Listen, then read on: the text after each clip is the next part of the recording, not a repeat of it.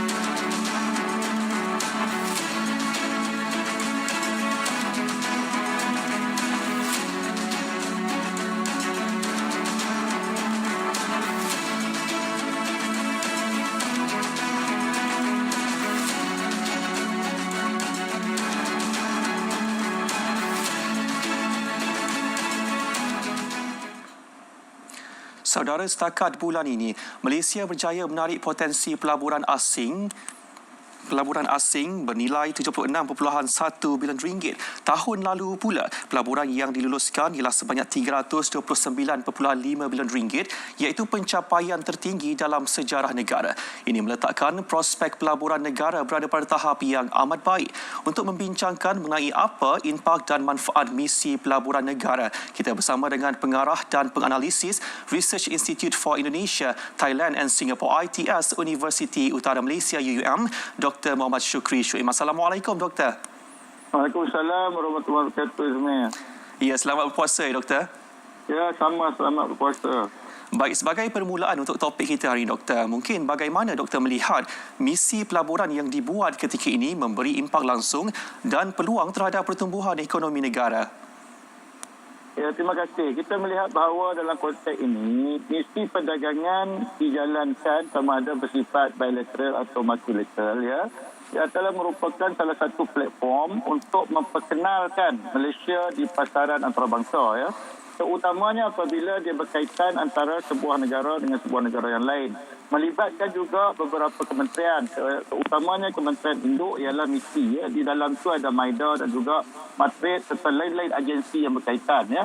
Serta dalam konteks itu, dia memperkenalkan juga Malaysia di sudut kepimpinan negara, ya, dasar negara, polisi dan sebagainya. Itu mewujudkan suatu ukhuwah di antara pemimpin sesebuah negara yang dilawati itu, ya, delegasi yang diketuai mungkin oleh Yang Amat Berhormat Perdana Menteri, oleh Menteri Perdagangan ataupun mana-mana menteri yang mempunyai portfolio khusus yang berkaitan dengan sesuatu misi perdagangan yang dihasratkan. Jadi dalam konteks itu, ini adalah merupakan satu jaringan diplomasi ekonomi untuk memperkukuhkan Malaysia itu dari segi prestij dan dari segi potensi, ya, potensi pasaran. Apabila sesuatu misi perdagangan itu dijalankan, ia akan memberikan kesan terhadap pertumbuhan ekonomi dari sudut penerokaan pasaran, dan pada masa yang sama ialah untuk membina suatu rangkaian hubungan baik antara negara dengan negara supaya dapat dipermudahkan sesuatu urusan yang melibatkan birokrasi, sebagai contohnya dari aspek tarif, percukaian, ya, easy access kepada sesebuah pasaran dalam negara itu, ya, termasuk juga dalam memuktamadkan dalam bentuk MOU dari sudut FDI dan sebagainya. Ini adalah merupakan satu jaringan pasaran import dan ekspor yang sangat penting kepada negara untuk dijalankan, untuk kita membolehkan jaringan diplomasi ekonomi itu diperkukuhkan dan memberikan manfaat ke atas jaringan pendanaan baru dan memperkukuhkan dana pelaburan yang sedia ada tersebut. Baik doktor, mungkin apa sebenarnya manfaat yang boleh diperoleh melalui misi pelaburan ini yang masuk ke Malaysia dalam jangka masa pendek ataupun mungkin untuk masa yang panjang doktor? Ya, dalam misi pelaburan ini, apa yang diterokai ialah pelaburan yang bertanggungjawab dan pelaburan yang bersifat genuine, ya, bersifat pelaburan benar lah, maksudnya itu pelaburan yang berkualiti, ya. Jadi dalam konteks itu secara jangka pendek dan juga sederhana serta jangka panjang, kita nak memperkukuhkan supaya pelabur itu apabila datang ke Malaysia, kita menyediakan satu insentif dari segi dasar dan juga insentif-insentif tertentu dari segi infrastruktur, dari segi aspek kecukaian dan sebagainya, supaya misi perdagangan yang dijalankan itu tidak kelihatan membazir, maka dia akan dimuktamadkan dalam bentuk kerjasama. Kerjasama selalunya akan ditandatangani disebut MOU dan sebagainya. Jadi apabila selesai sesebuah misi perdagangan, dia akan disusuli oleh kerjasama yang lain. Sebab itu ada penubuhan dari aspek persatuan antara sebuah negara dengan sebuah negara, dan pada masa yang sama juga dimeterai MOU yang boleh dijalankan sama ada secara jangka pendek ataupun jangka panjang. Ya, sebab peranan FBI itu sendiri apabila ditandatangani MOU itu dia bukan bersifat segera. Mungkin dia macam masa sehingga 3 tahun, 5 atau 7 tahun. Ya. Jadi dalam konteks itu potensi jangka pendek, jangka sederhana dan jangka panjang itu menyediakan Malaysia untuk mengadakan pelunjuran ekonomi yang real ataupun yang tepat, supaya kita dapat mengurus takbir hasil daripada misi perdagangan itu dalam bentuk pelaburan yang kita sebut FBI untuk memperkukuhkan elemen yang ada, membantu DDI yang ada dalam Malaysia itu untuk berkembang, dan pada masa yang sama dengan kerjasama itu banyak sebenarnya aktiviti-aktiviti dan juga kita melihat aktiviti jaringan dan juga limpahan dari segi satu pelaburan yang dibuat masuk itu ke dalam sebuah sektor, dan akhirnya kita dapat mempertumbuhkan potensi syarikat-syarikat Malaysia yang boleh kita mengadakan kerjasama dengan syarikat Indo FBI tersebut. Ya, doktor, mungkin sejauh mana hubungan diplomatik dan juga kerjasama antara bangsa ini memudahkan misi pelaburan negara dan seterusnya untuk membina hubungan dagangan yang lebih baik selepas ini, doktor? Ya, hubungan dagangan ni penting dari sudut kita memperlihatkan misi perdagangan ni sebagai satu misi diplomasi ekonomi. Misi diplomasi ekonomi ini iaitu diplomasi yang membolehkan sesebuah negara itu bertukar-tukar pandangan mengenai apa yang perlu dipermudahkan dan dibantu oleh kerajaan supaya pelaksanaan sesuatu kerjasama ekonomi dari sudut pelaburan itu dapat diteruskan dan dijayakan.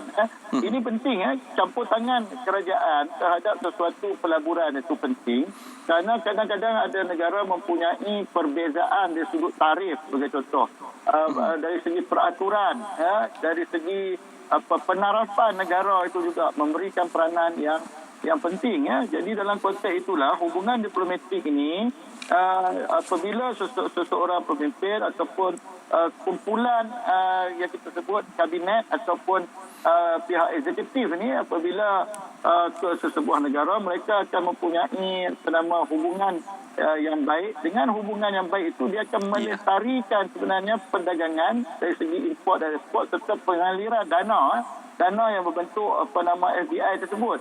Ini semua boleh berlaku apabila keyakinan pelabur itu dapat dibina, apabila sesebuah negara itu mempamerkan potensi yang baik kepada pelabur yang dijalankan misi perdagangan tersebut. Ya, doktor, dan mungkin sebelum kita mengakhiri rancangan kita hari ini, mungkin bagaimana doktor merasakan usahawan tempatan dapat memanfaatkan misi pelaburan untuk perkembangan perniagaan mereka khususnya?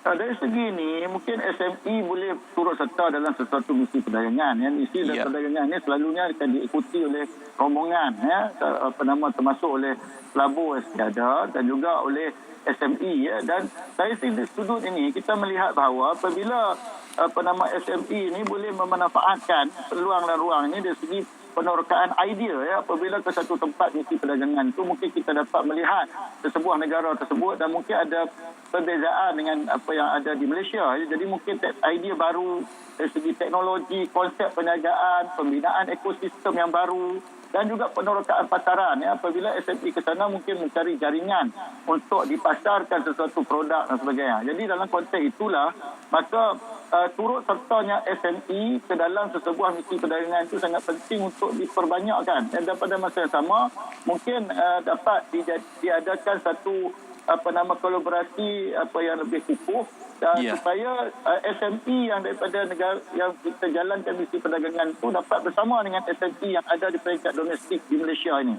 Jadi kerjasama antara SME dan sesama SME yang dibantu takbir dan dibantu urus oleh pihak kerajaan melalui misi perdagangan yang dijalankan. Sebab tu misi perdagangan ni penting untuk mempromosi Malaysia apatah lagi dalam keadaan sekarang ini, dan kita nak memperlihatkan bukan sahaja Malaysia my second home kalau kita selalu dengar mengenai Malaysia my second home juga, mungkin nak jadikan Malaysia ini second home kepada pelabur pelabur dari sudut pengaliran dana kalau mereka mempunyai dana yang kukuh di peringkat domestik di negara misi perdagangan, dan mungkin menganggap Malaysia ini sebagai negara yang kedua yang patut mereka labur dan jadikan contohnya H2 serantau bagi pertumbuhan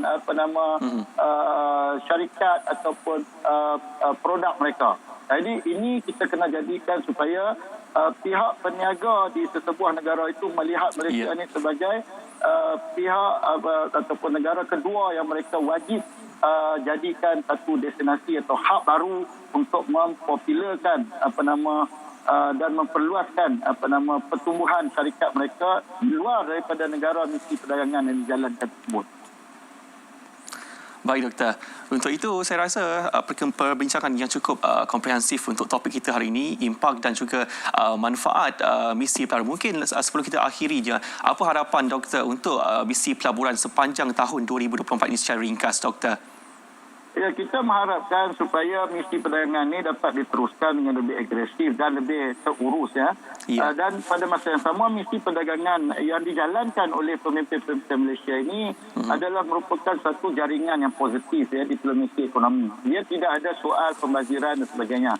Ia aspek promosi Jadi kita harus melihat misi perdagangan ini sebagai suatu aspek yang positif untuk memperkenalkan Malaysia supaya penarapan Malaysia di peringkat antarabangsa itu dapat diperkukuhkan dan membina keyakinan yang lebih kuat dari segi pelabuhan antarabangsa itu terhadap Malaysia dan penghormatan ke atas kepimpinan yang ada dalam negara ini dapat sambutan yang baik di peringkat antarabangsa.